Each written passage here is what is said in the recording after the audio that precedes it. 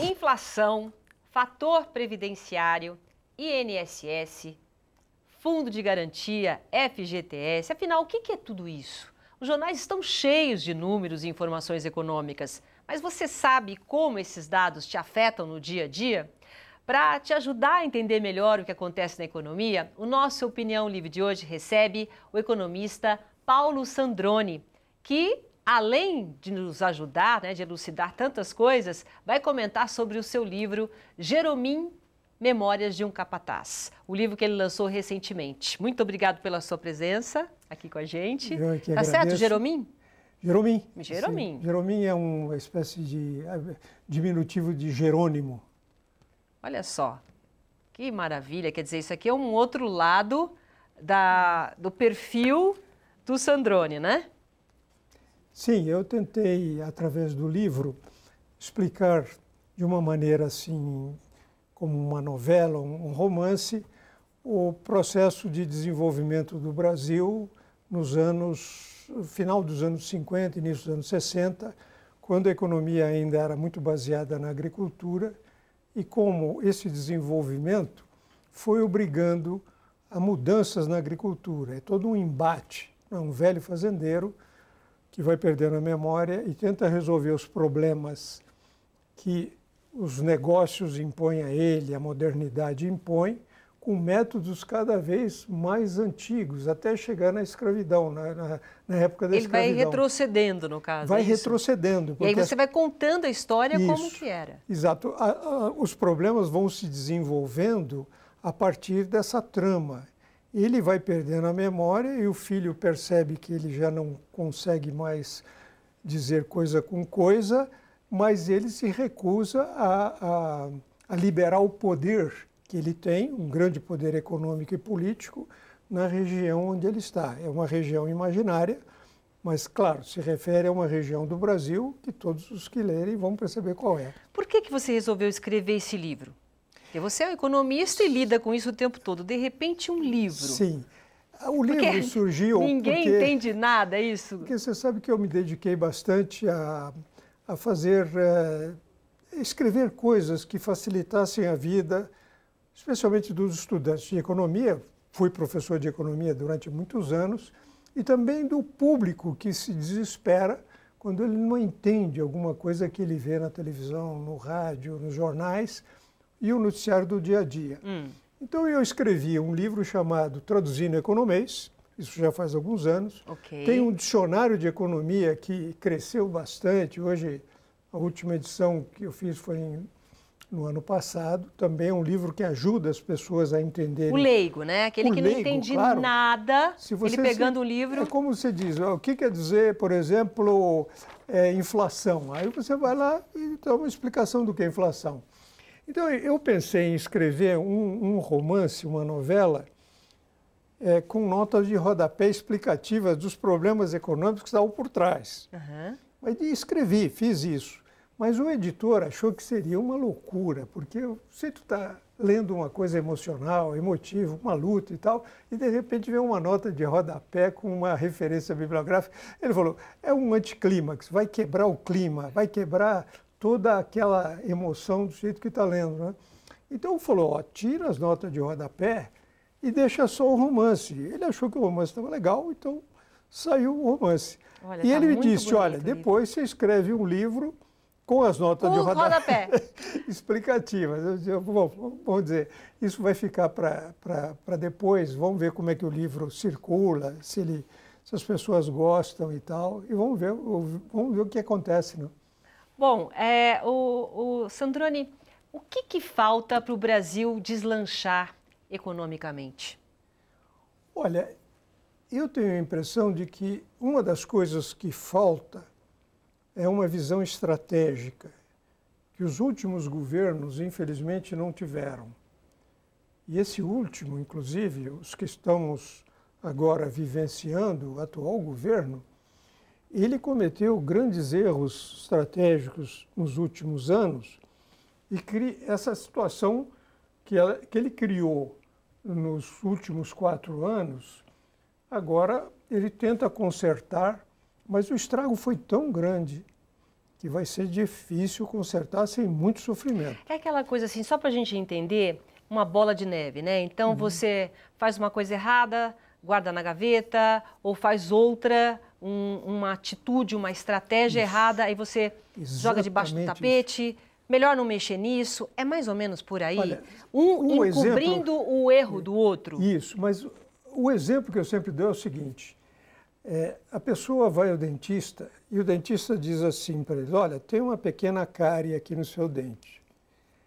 Mas aí a pessoa diz, isso é uma pequena cárie, não arruma não precisa arrumar. Não tem tempo para isso, não. Ele não quer gastar nada ali. E aí seria pequena, a despesa seria pequena, porque é uma cárie simples. Aí ele deixa passar o tempo e vai deixando. Aí ele até começa com outros dentes cariados e aquele primeiro, a cárie chega perto do nervo, aí começa a doer. Isso. Mas ele espera que a coisa se resolva de outra maneira e quando ele vai ao dentista finalmente para resolver o problema, que a dor é quase insuportável, já chegou no nervo, ele tem que extrair o nervo. E aí custa muito mais. É isso que aconteceu com a gente. O governo, nos últimos anos, abriu a caixa de ferramentas das bondades. Energia elétrica caiu, ele tirou tributos ou impostos de vários produtos, linha branca, material de tudo construção. Tudo para incentivar. Automóveis, claro, para incentivar a economia. Mas você não pode fazer isso para sempre, porque senão a tua receita diminui. A receita que o governo tem de impostos, que ele diz, olha, não precisa mais me pagar esses impostos, mas baixa o preço do carro, tudo bem. O público gosta. Mas depois o governo não tem dinheiro para pagar suas contas. Mas por que ele não tem dinheiro? Porque ele gasta mais do que ele arrecada. Então, quando ele abaixa o preço para o consumo, quer dizer, agora todo mundo tem esse direito. Todo mundo consome mais, mas ele recebe menos. O que acontece com o governo? Ele recebe menos de quem? Do carro que alguém comprou. Do tributo, da não taxa. Recebe o IPI lá, a redução do IPI. Aquilo não entra no caixa do governo. Ok. Mas o governo já vem carregando uma dívida enorme. E sobre essa dívida ele tem que pagar juros. Então, todo ano o governo tem que fazer uma economia, depois de ter pago os funcionários, ter pago a manutenção dos hospitais, das escolas, das universidades, etc., etc., ele tem que reservar alguma coisa para investir, ele tem que investir. Por exemplo, Minha Casa Minha Vida, o governo investe, mas tem que ter um sobrante para pagar os juros. E a conta de juros é muito alta, muito alta.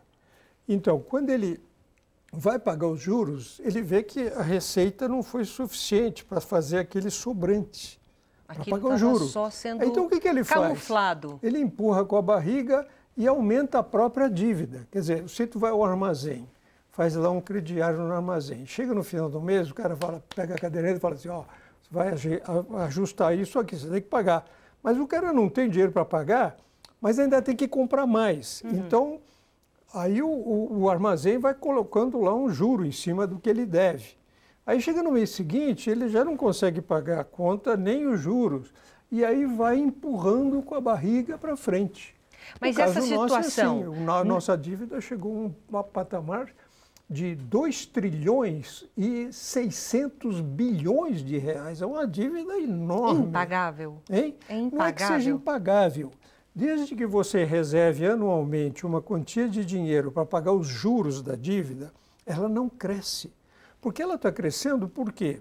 Você não tem dinheiro para pagar os juros, se endivida mais. Claro, para pagar os juros do passado, qualquer um. Se você deve para o banco especial, ou então para um cartão de crédito, você fica só pagando os juros. É o cartão de crédito que o governo está abusando dele. Por quê? Porque não quer, ou não quis no passado, dar algumas notícias que não eram muito boas. Todo governo gosta de dar notícias boas para o público. Isso faz com que ele suba no conceito popular. Claro. Um bom governante, porque agora estou pagando energia mais barata. É isso que a população gosta, de isso que a pagar população- barato o que está perto qualquer dela, a um luz gosta. barata. Mas eu né? só posso fazer isso se o preço caiu realmente. Não eu estou fazendo Não é uma ilusão. Uma mandracaria lá, uma Ok. mágica, que depois eu tenho que dizer, ó, Não era bem sinto assim. muito. Não é 20% que a conta vai cair. Ela vai subir 60%. Pô, aí todo mundo está indignado. Eu tenho uma pessoa que faz a faxina lá na minha casa e ela, então, ficou assim alarmada quando chegou o custo que ela paga por energia. Quase mais do que dobrou, no caso dela, não sei porquê, mas quase dobrou. Ela falou, mas isso é um absurdo. Ela disse que ia baixar 20%. Quer dizer, essas coisas você não pode fazer. E a gente o não governo pode consegue fazer. entender por que de repente podia e aí, não, agora tem que aumentar. Naquela época não precisava aumentar, agora tem que aumentar. Nós porque- vamos controlar a sim, inflação, é. de repente a inflação está aí completamente aberta para a gente saber o que está acontecendo no mercado. É que algumas coisas também que não estavam sendo previstas ocorreram de uma maneira negativa. Por exemplo, o índice de chuvas foi menor no ano passado, tem sido, a seca tem sido uma coisa constante principalmente aqui. São Paulo, E a energia elétrica produzida nos reservatórios, a energia hidroelétrica, que custa mais barato, começou a faltar. Então o governo teve que ligar as termoelétricas. E o custo da energia aí é muito mais alto. Isso não Certo. estava previsto. Mas, de qualquer maneira, isso apenas agravou Então, o mas problema. assim, as coisas não estão previstas Sim. e sobra para a gente pagar a conta sempre. Claro. Essa reserva do governo de ter não existe. Não é Tudo que- nós pagamos, a população que paga. Paga, não. Deu algum problema, não fez um caixa, a população que paga. Aumenta Silvia, os nossos impostos. Nós temos que considerar o seguinte, a dívida que o governo tem chama-se dívida pública. Não é dele, governo, é uma dívida que ele faz em nosso nome. Queiramos ou não, nós vamos ter que pagar, com aumento de impostos ou com outros processos aí que o governo vai fazer para tirar dinheiro da gente, para poder pagar essa Certo. conta. Então, não se esqueça jamais, a dívida não é do governo. É nossa. Por isso que ela é preocupante, ela é dívida nossa. Ok. De uma forma ou de outra, nós é que vamos ter que pagar. Então, o que é muito grave é o seguinte, é que o governo, este ano, que é o ano do ajuste, de todas as distorções cometidas no passado, e eu digo todas as irresponsabilidades feitas, Ok. para ter uma imagem boa nas eleições e tal, ganhar as eleições, agora nós temos que fazer o ajuste. Mas nem isso está dando certo. Por quê? A economia para pagar juro, que os economistas chamam de superávit primário, quer dizer, você tem que reservar das suas receitas um tanto para pagar o juro. Tinha sido calculado em cerca de 66 bilhões. E para isso era preciso de uma série de coisas aprovadas no Congresso. E os parlamentares todos estão se recusando, porque são medidas de austeridade e que desagradam os eleitores. Então ninguém quer meter a mão nisso. Olha, o governo já mudou. Até isso. É 66 bi, não é muito. Mas ele diz, olha, não vai ser 66 bi, vai ser apenas 8. Já está todo mundo desconfiando que não vai dar nem um 8. Quer dizer, é uma situação, as distorções foram tão graves no ano passado que este ano, do jeito que as coisas vão, da falta de apoio que a presidente tem no Congresso, 2015 não vai ser suficiente para você fazer o ajuste. De repente, vai ser necessário 2016. Vamos passar 2 anos nessa agonia. E se alguém quiser dizer como é que vai ser a saudação para o futuro, eu diria, feliz 2017. Preciso fazer Porque intervalo 2016 comercial. praticamente já está comprometido também. Ai, Porque não Sandrone. fizemos o dever de casa em 2015. Está difícil fazer. Vamos fazer um intervalo comercial, daqui a pouco a gente vai falar de coisas também que você quer saber, porque sobe o dólar, o que realmente é inflação, coisas práticas que a gente escuta toda hora e realmente não entende, né? Até já! Estamos de volta aqui no Opinião Livre, tendo uma aula, né, com o economista Paulo Sandrone. Chamo de Sandrone, né, que é muito conhecido aqui na Unip, e também foi economista, foi comentarista durante muito tempo e continua na ativa, lançou um livro, Jeromim, Memórias de um Capataz, a gente falou aqui no primeiro bloco. Daqui a pouco, se der tempo, a gente fala mais um pouquinho. Nós terminamos o primeiro bloco, o Sandrone, falando do ajuste fiscal, né? O que a gente tem visto, até como um padrão, aumento de inflação, a gente pode falar um pouquinho disso, e também o disparo do dólar em várias ocasiões.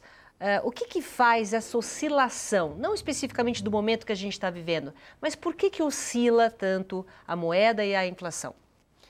Bem, no caso do dólar, o que acontece é o seguinte: há um pessoal, investidores internacionais, que trazem o dinheiro para o Brasil para ganhar aqui uns juros bem altos. O Brasil hoje tem a maior taxa de juros do mundo. Então, ele coloca aqui para poder ganhar com esses juros, é isso? Juro, é simplesmente capital financeiro, que vem aqui se aproveitar, porque a taxa de juros no resto do mundo está muito baixa. Os Estados Unidos está próxima do zero, na Europa 1. Por que só o Brasil é assim? É porque o Brasil tem uma dívida grande e baixa credibilidade. Porque juro é muita coisa, está relacionada com o que empresta dinheiro, quer saber se o que está tomando dinheiro emprestado tem garantias para pagar. Mas a gente tem garantia, o Brasil tem. Tem em termos, porque de repente essas garantias começam a desaparecer. A garantia que você ofereceu num determinado momento, ela pode não existir no momento seguinte. Mas que garantia que o Brasil dá? A estabilidade das suas contas, por exemplo, as contas do governo. E outra coisa que dá também credibilidade que nós vamos pagar, se as nossas exportações estiverem dando superávit, isto é, estivermos vendendo mais ao exterior do que comprando do exterior. Ok. Isso existiu até 2011, 12, de 2002, 2003 até 2009, 9, 10, 11. Agora, em 2013 e 2014, esse chamado superávit comercial, que é vender mais do que comprar do exterior, acabou virando ao contrário. Então, os credores dizem, esse pessoal não vai ter dólar para me pagar se eu quiser sair. Okay. Então, começam a retirar o dinheiro. E os fundos de pensão internacionais, muito dinheiro para colocar em lugares seguros, rentáveis, para manter os seus pensionistas. Então, o que eles fazem? Eles consultam essas empresas que dizem se um país é seguro ou não para investir, que se chamam a Moody's, a Standard & Poor's e outras, dizendo se o país é grau de investimento ou não. É bom investir no Brasil ou não é? Aí, se for grau de investimento, esses fundos de pensão trazem o dinheiro para cá. Agora, se essas empresas dizem, o Brasil não é mais grau de investimento, o negócio ali está meio complicado, eles tiram o dinheiro. Então, e aí aumenta. Estão tirando o dinheiro, porque recentemente o Brasil já foi rebaixado.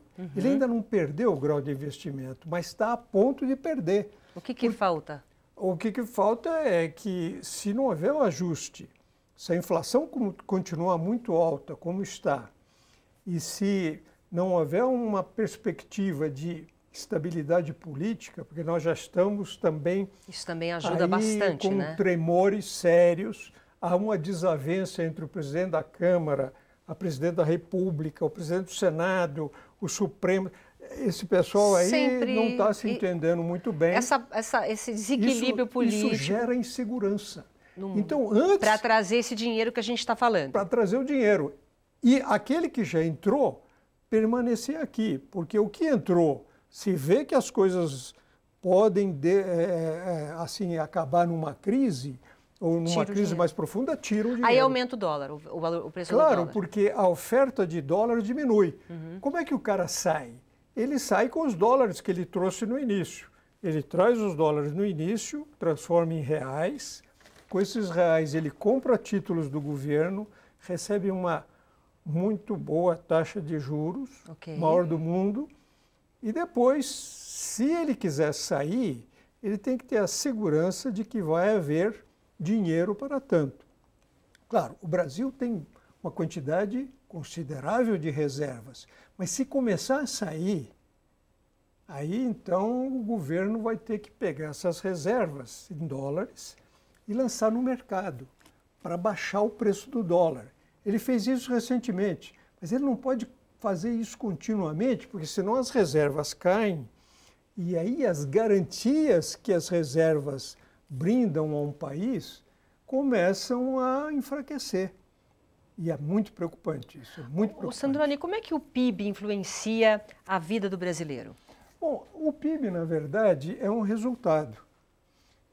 Só explicar o que é o PIB, né? O PIB, se você somar tudo que você produziu na agricultura, na indústria, nos transportes, comércio, serviço, tudo isso, todo esse valor produzido, é que você tem o PIB. Então, o PIB é um resultado.